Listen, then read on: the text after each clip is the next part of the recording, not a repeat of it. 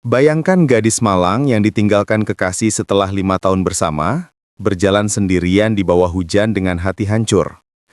Tanpa tujuan, ia masuk ke sebuah hotel sederhana dan bertemu seorang pelayan yang menatapnya dengan ketulusan.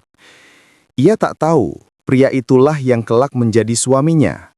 Dan ternyata, seorang CEO tersembunyi. Inilah kisahnya.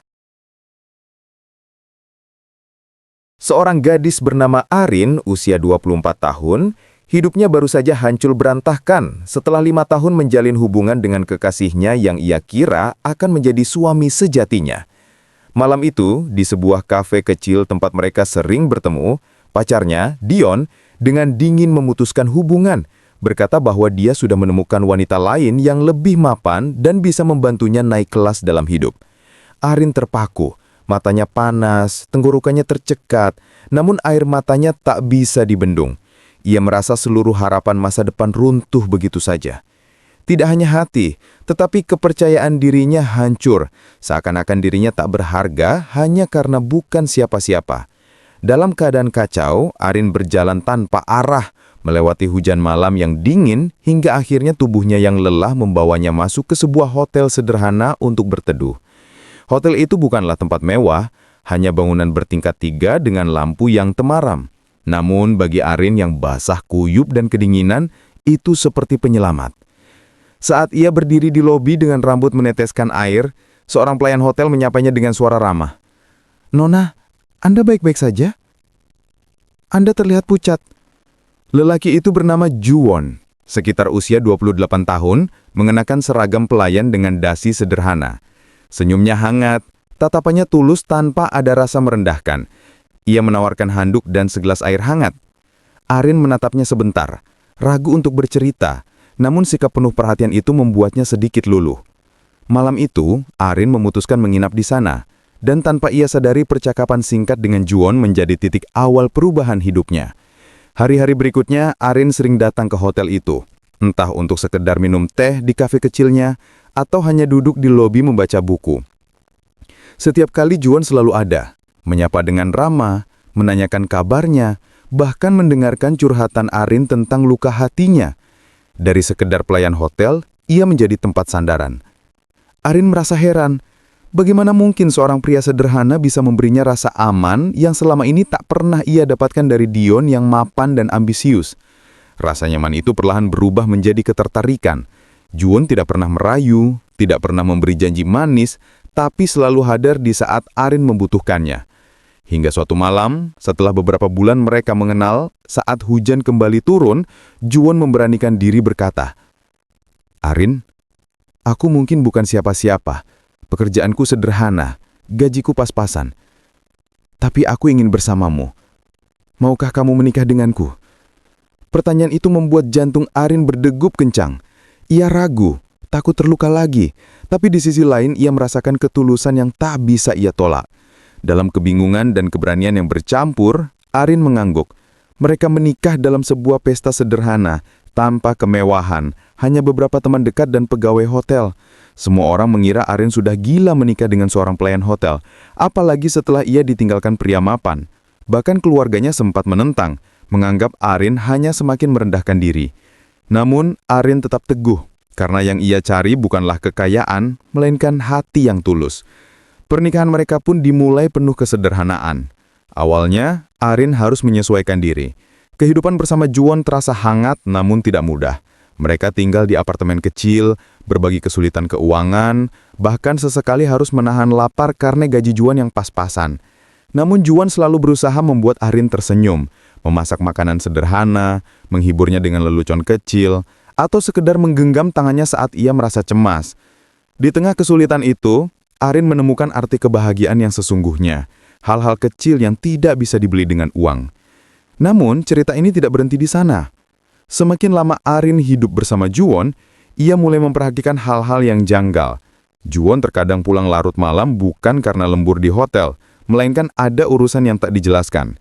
Ia juga menerima telepon dengan bahasa formal yang berbeda dari biasanya, seakan berbicara dengan orang penting.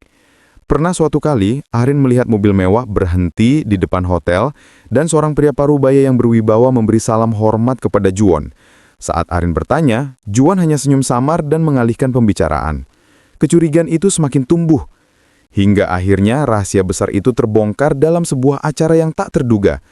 Suatu sore, Arin diajak Juan menghadiri sebuah undangan pertemuan bisnis. Arin kebingungan, kenapa mereka diundang ke tempat megah seperti itu. Saat mereka masuk ke ruang konferensi Hotel Bintang 5, semua orang berdiri memberi salam kepada Juan. Seorang pria dengan jas rapi bahkan berkata, "Tuan CEO, kami sudah menunggu Anda." Arin terkejut, darahnya seakan berhenti mengalir. Ia menoleh ke Juan yang kini mengenakan jas elegan, bukan seragam pelayan hotel. Tatapan Juan tenang, namun wajahnya serius. "Arin," ucapnya dengan suara yang berbeda, lebih tegas dan penuh wibawa. "Aku harus jujur. Aku bukan hanya pelayan hotel. Aku adalah pemilik jaringan hotel ini. Aku menyamar sebagai pelayan untuk memahami kehidupan dari bawah, agar aku tahu bagaimana rasanya bekerja keras, agar aku tidak lupa dari mana aku berasal." Arin menggenangkan air mata. Ia tak percaya bahwa lelaki sederhana yang dicintainya ternyata seorang CEO besar. Perasaan campur aduk menghampiri. Marah karena dibohongi, namun juga bangga karena ternyata ia menikahi seseorang yang begitu luar biasa. Konflik besar pun muncul setelah itu. Arin merasa tertipu, seolah Juan mempermainkan perasaannya dengan menyembunyikan identitas aslinya. "Kenapa kamu tidak pernah bilang sejak awal? Apakah kamu hanya ingin menguji aku?" Tangis Arin pecah. Juan mencoba menjelaskan bahwa ia ingin dicintai bukan karena hartanya, tetapi karena dirinya yang sebenarnya. Ia takut jika sejak awal mengaku sebagai CEO, Arin akan melihatnya sama seperti wanita-wanita lain yang hanya mengejar kekayaannya. Namun bagi Arin, kebohongan tetaplah kebohongan. Mereka bertengkar hebat malam itu. Arin pergi meninggalkan rumah, merasa hatinya kembali hancur seperti saat ditinggalkan Dion dulu. Selama beberapa hari, Arin menghindari Juan, tidak mengangkat teleponnya, tidak membuka pesan. Ia merasa terjebak antara cinta dan rasa sakit. Namun di sisi lain, kenangan bersama mereka, ketulusan Juan saat masih menjadi pelayan hotel, dan pengorbanannya tak bisa ia lupakan. Pada akhirnya, Juan berusaha keras membuktikan cintanya.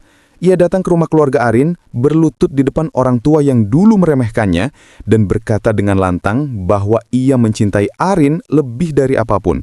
Bukan hanya untuk menjaga citra, bukan karena gengsi. Ia bahkan rela meninggalkan jabatan CEO jika itu yang bisa membuat Arin percaya. Tangis Arin pecah saat melihat ketulusan itu.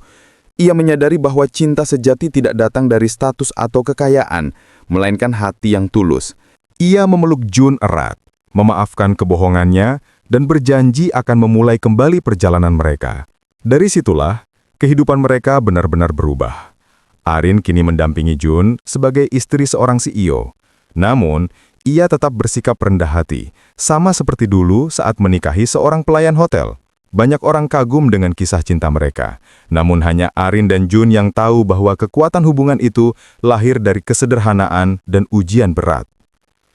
Kebahagiaan mereka tidak lagi bergantung pada harta, melainkan pada keyakinan bahwa mereka saling memilih dengan tulus, bahkan saat dunia meremehkan.